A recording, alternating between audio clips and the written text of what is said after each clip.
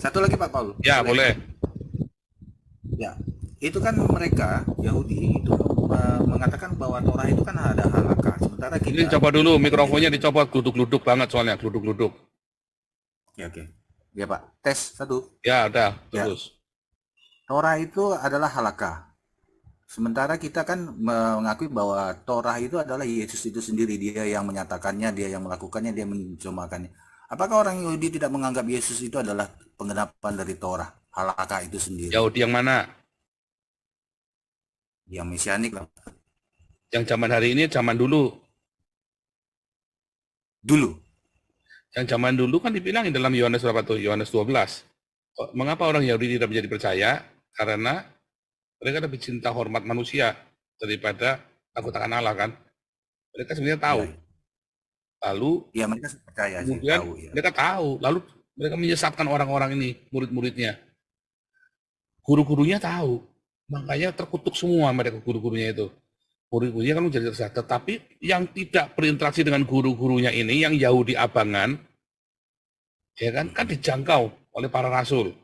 Dan para imam banyak yang ikut Yesus loh, termasuk Nikodemus.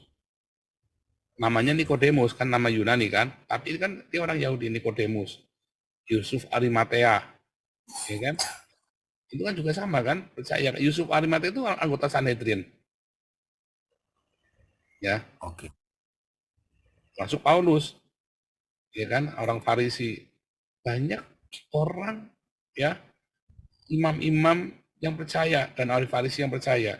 Bahkan di zamannya Kisah Rasul 14, Kisah Rasul 14 katakan ada imam-imam Yahudi, ada orang-orang Farisi dari Yerusalem datang ke Antioquia lalu bilang kalau kamu nggak disunat kamu nggak selamat. Wah, Paulus bilang nggak bisa, kamu kan bukan orang Yahudi, kamu nggak usah sunat. Lalu mereka pergi ke Yerusalem. Nah, Sidang. jadi ada konsili Yerusalem itu, ya. Iya. Jadi Yahudi yang mana? Oke, Dan oke, mereka Pak. tahu halakha Yesus adalah halakha. Orang-orang ini tahu karena mereka melihat ciri-ciri kepentingan apa itu. Tetapi kemudian hilang karena kemudian mereka nggak mau jadi Kristen sejak tahun 200, tahun 325, tahun 370 itu. Karena mereka kan bergabung dengan Montanis nih orang-orang Yahudi ini kan. Merayakan Iya, iya. Paskah, merayakan tradisi Yahudi. Tapi kan mereka diburu-ber kan. Akhirnya lama-lama tambah dikit, tambah dikit, tambah dikit. Intinya nggak ada orang jadi Kristen yang Trinitas itu. Nggak ada orang Yahudi mau jadi Kristen Trinitas. Tapi kalau Kristennya Montanus ya banyak. Sama seperti orang Yahudi yang di Kehilat Karmel itu yang sama, ya, gitu.